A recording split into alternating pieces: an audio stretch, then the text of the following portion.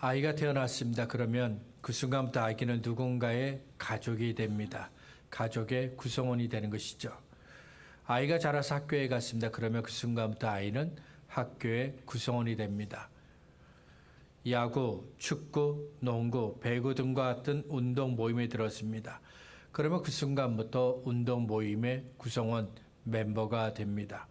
학교를 졸업한 후에는 자신이 하는 일에 따라 여러 모임의 구성원 멤버가 됩니다. 그렇다면 교회 멤버가 되려면 어떻게 해야 할까요?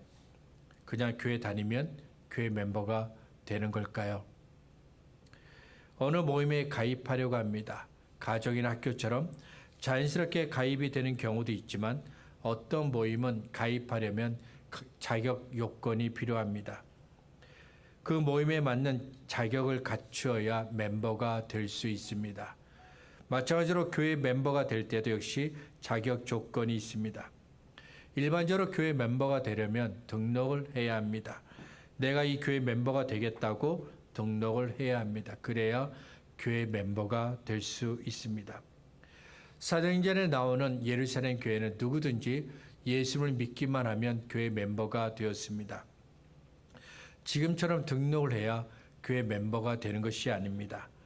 교회는 예수님께서 흘리신 피로 세워졌습니다. 그래서 교회는 예수님을 믿는 사람들이 모인 곳입니다. 때문에 예루살렘 교회에서는 누구든지 예수님을 믿기만 하면 교회 멤버가 될 수 있었습니다. 유대인이 예수님을 믿어 교회 멤버가 되었던 것처럼 이방인도 예수님을 믿기만 하면 교회 멤버가 될 수 있었습니다. 그렇다면 우리 교회 멤버가 되려면 어떻게 해야 할까요? 다른 교회들이 등록을 해야 교회 멤버가 되는 것처럼 우리 교회도 등록을 해야 교회 멤버가 됩니다. 그렇지만 이것은 반드시 해야 할 가입 조건은 아닙니다. 행정적으로는 등록을 해야 교회 멤버가 될 수 있습니다. 등록을 안 하면 할 수 없는 일들이 있습니다. 예를 들면 투표를 하려면 교회 멤버가 되어야 합니다. 교회 일꾼이 되려고 하면 역시 교회 등록을 해야 합니다. 교회 중요한 그 회의도 교회 멤버만 참석해서 회의를 할 수 있습니다. 제가 생각하기에는 등록이라는 과정보다 더 중요한 것이 있습니다. 이것은 우리 교회가 추구하는 방향이기도 한데 우리 교회 멤버가 되려면 먼저 교회에 출석을 해야 합니다. 그리고 다른 사람들과 함께 신앙생활을 하고 교제를 해야 합니다. 함께 하나님을 섬겨야 합니다. 이렇게 교회 출석을 하고 다른 사람들과 교제를 해야 비로소 우리 교회 멤버, 구성원이라고 말할 수 있습니다. 등록은 했지만 교회 출석하지 않습니다. 교회에 관심이 없습니다. 다른 사람들과 교제를 하지 않습니다. 그러면 교회 멤버라고 말하기가 참 어렵게 됩니다. 아직 예수님을 믿지 않아도 괜찮습니다.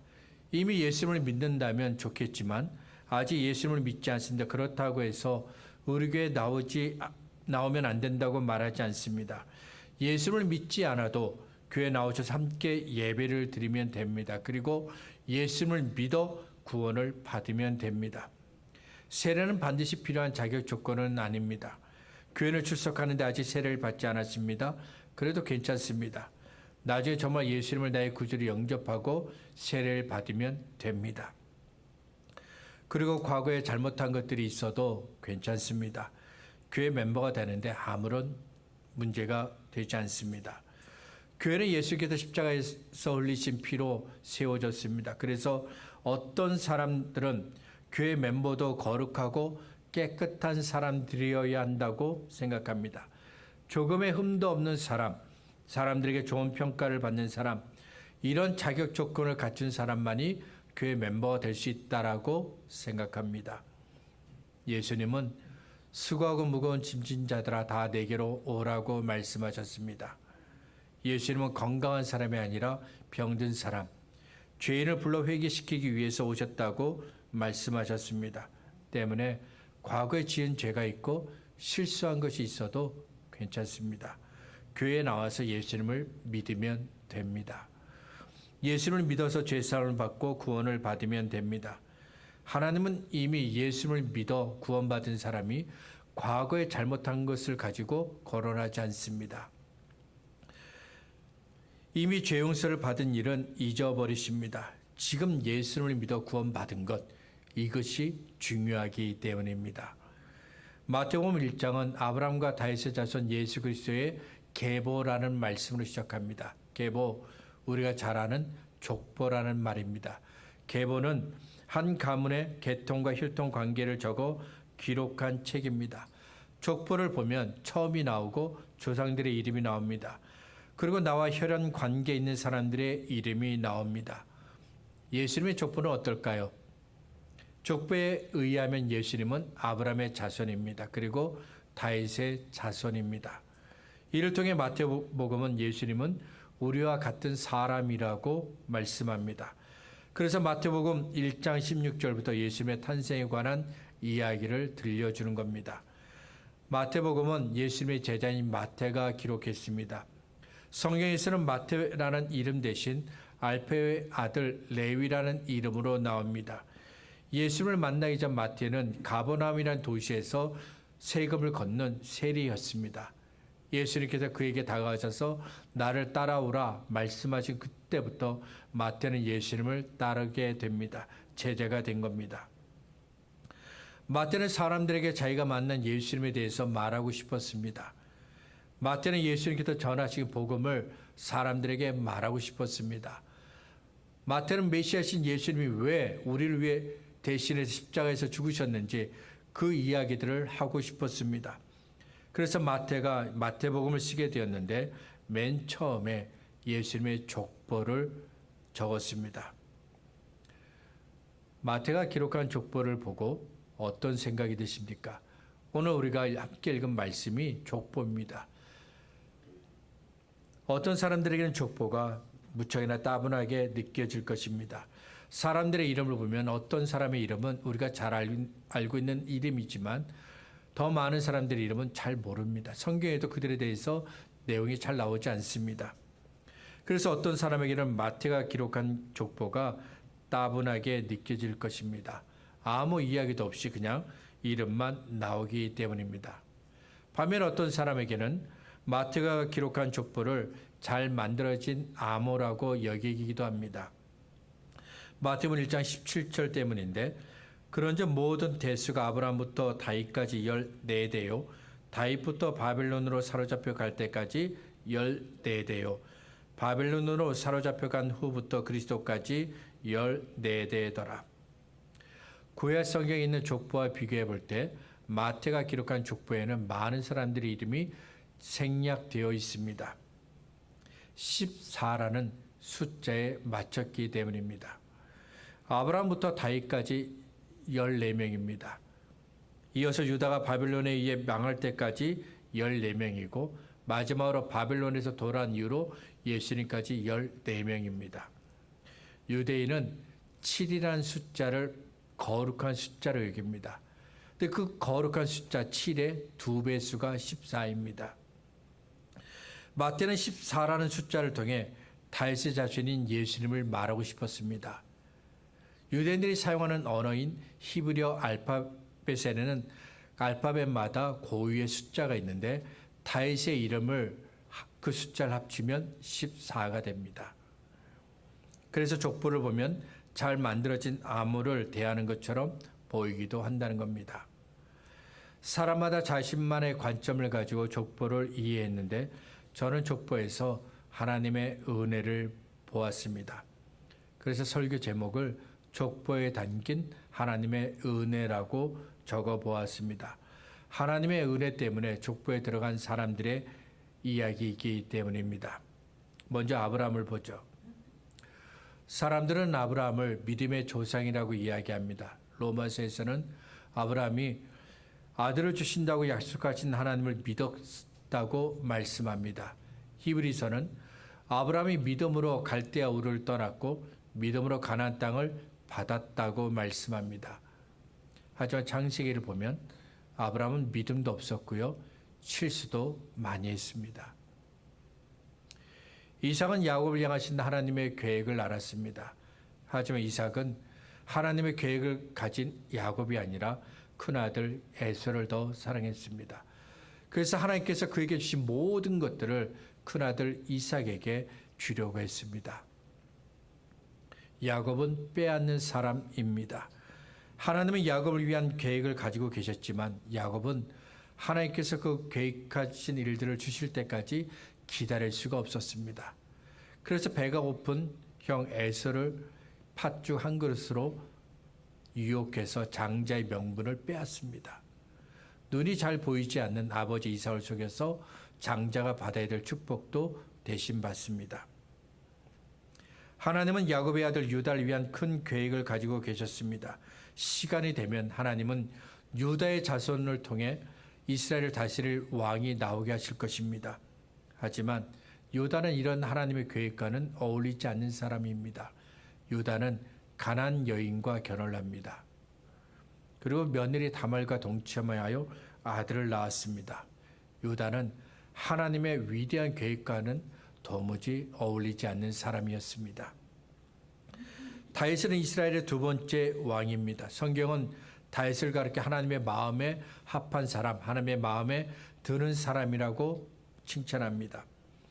하지만 다윗은 밧세바와 간음을 한 죄인입니다. 밧세바의 남편 우리아를 죽인 살인자이기도 합니다. 그래서 6절은 다윗이 우리아의 아내에게서 솔로몬을 낳았다라고 적었습니다. 다윗의 아들 솔로몬은 하나님으로부터 많은 것을 받았습니다. 하지만 솔로몬은 하나님께서 그에게 주신 것들을 자기를 위해 사용했습니다. 결국 솔로몬 때문에 이스라엘 온 땅에 우상이 넘치게 됩니다. 르호보암은 다윗의 손자이고 솔로몬의 아들입니다. 하지만 르호보암에게는 아버지 솔로몬 같은 지혜가 없었습니다. 대신 르호보암에게는 고집이 있었고 욕심이 있었습니다. 결국 르호보암의 고집과 욕심 때문에 이스라엘이 둘로 쪼개지게 됩니다. 여호사밧은 둘로 쪼개진 이스라엘을 다시 하나로 만들기를 원했습니다. 더 이상 싸우지 않는 한 나라가 되기를 원했습니다. 그래서 자기 아들을 하나님이 미워하시는 아합의 딸과 결혼을 시킵니다. 문제는 여호사밧의 소원이 하나님의 생각과는 달랐다는 겁니다. 여호사밧은 계속해서 자기의 소원을 이루기 위해 아합과 동맹을 합니다. 그리고 훗날에는 아합의 딸 아달랴 때문에 다윗의 자손들이 다 죽을 뻔한 그런 위기를 만나기도 합니다. 므낫세는 아버지 히스기야와는 정반대의 삶을 삽니다. 히스기야는 하나님을 전심으로 섬겼습니다.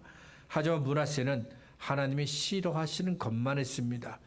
결국 하나님께서 므낫세 때문에 유다를 멸망시키겠다고 결심하게 됩니다. 족보에 있는 남자들은 심각한 문제들을 가지고 있었습니다. 그런데 여자들도 마찬가지입니다. 다말의 남편은 여호와께서 보실 때 악한 사람입니다. 그래서 여호와께서 그를 죽이십니다. 결국 다말은 아기를 낳기 위해 시아버지 유다와 동침을 합니다. 라합은 여리고성을 정탐하기 위해 온 정탐꾼들을 숨겨주었습니다. 여리고성이 망하는 중에도 그녀는 살았습니다. 하지만 라합은 몸을 파는 여인이었습니다. 보아스와 결혼한 롯은 모압 사람입니다. 하나님의 심판을 받은 소돔과 고모라가 멸망할 때 아브라함의 조카 롯이 구원을 받습니다. 롯의 두 딸이 아버지에게 술을 잔뜩 먹이고 동침을 합니다. 그리고 두 아이를 낳게 되는데 그 아이들이 바로 암몬과 모압 족속의 조상입니다. 밧세바는 우리아와 결혼을 합니다. 그런데 밧세바가 다윗과 간음을 합니다. 성경을 보면 다윗의 범죄를 크게 부각시키지만 자세히 보면 다윗의 죄만 있는 것이 아닙니다. 밧세바의 잘못도 있습니다. 예수님의 족보입니다. 예수님의 족보에는 어떤 사람들이 들어가야 할까요? 예수님의 족보인데 흠이 없는 사람들이 들어가야 하지 않을까요? 누가 봐도 완벽한 사람들만 있어야 되지 않을까요? 그런데 어떻습니까? 예수님의 족보에 들어간 사람들 중에 흠이 없는 사람이 몇 사람이나 됩니까? 하나님께서 보실 때 완벽한 사람이 있나요? 한 사람도 없습니다. 꼼꼼하게 따져보면 다 흠이 있습니다. 완벽하지도 않습니다. 그들은 하나님의 뜻과 달리 자기의 고집과 욕심을 따라 살았던 사람들입니다. 그들은 예수님의 족보에 들어갈 만한 자격이 전혀 없는 사람들입니다. 만일 이런 사람들이 어느 교회에 등록하겠다 말하면 어떻게 해야 할까요? 만일 우리 교회에 등록하겠다고 하면 어떻게 해야 할까요? 아마도 어떤 교회에서는 예수를 믿어야 교회 멤버가 될 수 있다며 거절할 겁니다. 당신은 아직 세례를 받지 않았으니까 우리 교회 멤버가 될 수 없습니다며 등록을 거부할 것입니다. 당신은 죄를 저질렀으니까 우리 교회 멤버가 될 수 없다며 등록을 거부할 겁니다. 그 밖에도 여러 이유들을 제시하며 당신 같은 사람은 우리 교회 멤버가 될 수 없다며 등록을 거부할 겁니다. 그런데 우리가 교회 멤버가 될 수 없다며 등록을 거부한 그 사람들이 예수님의 족보에 들어갔습니다. 그래서 하나님의 은혜라고 말하는 겁니다. 우리가 이미 보았던 것처럼 그들 중에는 예수님의 족보에 들어갈 만한 자격을 갖춘 사람이 한 사람도 없습니다. 교회마다 등록을 거부할 수밖에 없는 이유를 가진 사람들입니다. 그렇지만 하나님은 그들을 불러 예수님의 족보에 들어가게 하셨습니다. 제가 마태복음 1장에 있는 족보에 관심을 갖는 이유가 있습니다. 족보 안에 있는 그 이야기들이 바로 저의 이야기이고 바로 우리의 이야기이기 때문입니다. 성경은 예수를 믿는 저와 여러분을 하나님의 가족이라고 부릅니다. 하나님의 자녀라고 부릅니다. 하나님의 족보에 저와 여러분의 이름이 기록되어 있는 겁니다. 그러면 저와 여러분에게는 하나님의 족보에 들어갈 만한 자격이 있나요? 단 한 사람도 하나님의 가족이 되는 것을 반대하지 않을 만큼 완벽한 사람들인가요? 저와 여러분 예수를 믿었던 그때부터 지금까지 한 번도 실수한 적이 없었나요? 단 한 번도 하나님의 뜻과 계획을 거스른 적이 없었나요? 한 번도 내 고집과 욕심대로 하지 않았나요? 하나님의 기준에 따른다면 저와 여러분은 자격 미달입니다. 하나님의 가족이 될 만한 자격이 없습니다. 그래서 탈락입니다. 한 사람도 예수님의 족보에 들어갈 수가 없습니다. 그런데도 저와 여러분은 하나님의 가족이 되었습니다. 하나님을 아버지라 부르는 하나님의 자녀가 되었습니다. 어떻게 우리에게 이런 일이 일어난 걸까요? 하나님의 은혜 때문입니다. 이 대답밖에는 없습니다. 하나님의 은혜 때문에. 에베소서 2장 1절부터 10절은 저와 여러분이 예수를 믿기 전에 어떤 사람들이었는지 그리고 저와 여러분이 받은 하나님의 은혜를 말씀합니다. 말씀이 좀 길지만 귀를 기울여서 하나님의 말씀을 한번 들어보시길 바랍니다. 그는 허물과 죄로 죽었던 너희를 살리셨도다. 그때 너희는 그 가운데서 행하여 이 세상 풍조를 따르고 공중의 권세 잡은 자를 따랐으니 곧 지금 불순종의 아들들 가운데서 역사하는 영이라. 전에는 우리도 다 그 가운데서 우리 육체의 욕심을 따라 지내며 육체와 마음이 원하는 것을 하여 다른 이들과 같이 본질상 진노의 자녀이었더니 공인이 풍성하신 하나님이 우리를 사랑하신 그 큰 사랑을 인하여 허물로 죽은 우리를 그리스도와 함께 살리셨고 너희는 은혜로 구원을 받은 것이라. 또 함께 일으켜사 그리스도 예수 안에서 함께 하늘에 앉히시니 이는 그리스도 예수 안에서 우리에게 자비하심으로써 그 은혜의 지극히 풍성함을 오는 여러 세대에 나타내려 하심이라. 너희는 그 은혜에 의하여 믿음으로 말미암아 구원을 받았으니 이것은 너희에게서 난 것이 아니요 하나님의 선물이라.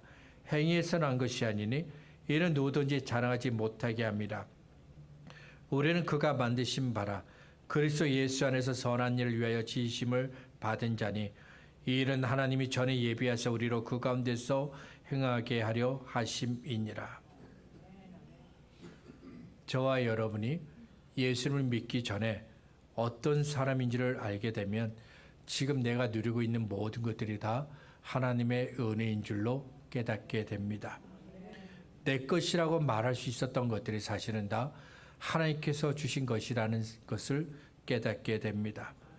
지금 내가 이 자리에 있는 것, 하나님을 예배하는 이 자리에 있는 것, 다 하나님의 은혜 때문이라는 것을 알게 됩니다. 그러면 예수님의 족보 안에 있는 그 사람들을 보면서 나도 그들과 다르지 않았다는 동질감을 갖게 됩니다.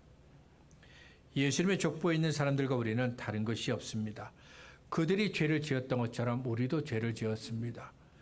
그들이 자격이 없었던 것처럼 우리도 자격이 없습니다. 그들이 사람들이 볼 때 부족했던 것처럼 저와 여러분도 많이 부족했습니다. 아무것도 잘할 것이 없는 사람들이었습니다. 그런데도 하나님은 이런 저와 여러분을 하나님의 가족이 되게 하셨습니다. 하나님의 족보에 이름을 기록하셨고 하나님의 은혜를 받는 사람들이 되게 하셨습니다. 물론 저와 여러분이 실수했을 때는 하나님께서 책망하시기도 했습니다. 그렇지만 저와 여러분을 향한 하나님의 사랑은 한 번도 변한 적이 없었습니다. 저와 여러분을 향한 하나님의 은혜는 한 번도 멈춘 적이 없었습니다. 지금의 저와 여러분은 그냥 된 것이 아닙니다. 내가 수고하고 열심히 살았기 때문에 이런 삶을 살게 된 것이 아닙니다. 하나님께서 나에게, 우리에게 은혜를 주셨기 때문에 지금 우리가 이렇게 살고 있는 것입니다. 하나님께서 베푸신 은혜를 알았습니다. 본래 자격이 없었던 내가 하나님의 은혜 때문에 하나님의 가족이 된 걸 알았습니다. 그러면 하나님께 감사를 드려야 합니다. 다윗은 하나님께서 그에게 베푸신 은혜들을 알았습니다. 그래서 역대상 17장 16절부터 18절에서 그에게 베푸신 하나님의 은혜를 생각하며 이렇게 말했습니다.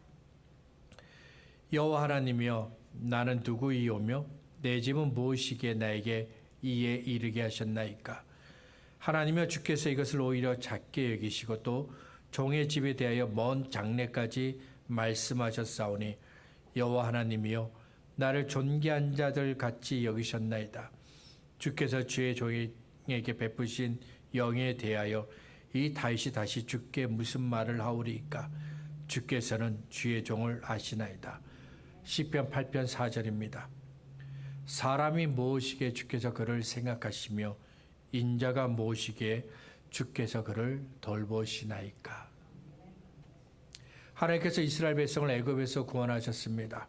시내산에서 이스라엘 백성에게 십계명을 말씀하시고 그들이 하나님의 백성으로 살 수 있는 많은 말씀들을 하셨는데 그 가운데 유월절과 칠칠절과 초막절을 지키라고 하시는 말씀이 있습니다.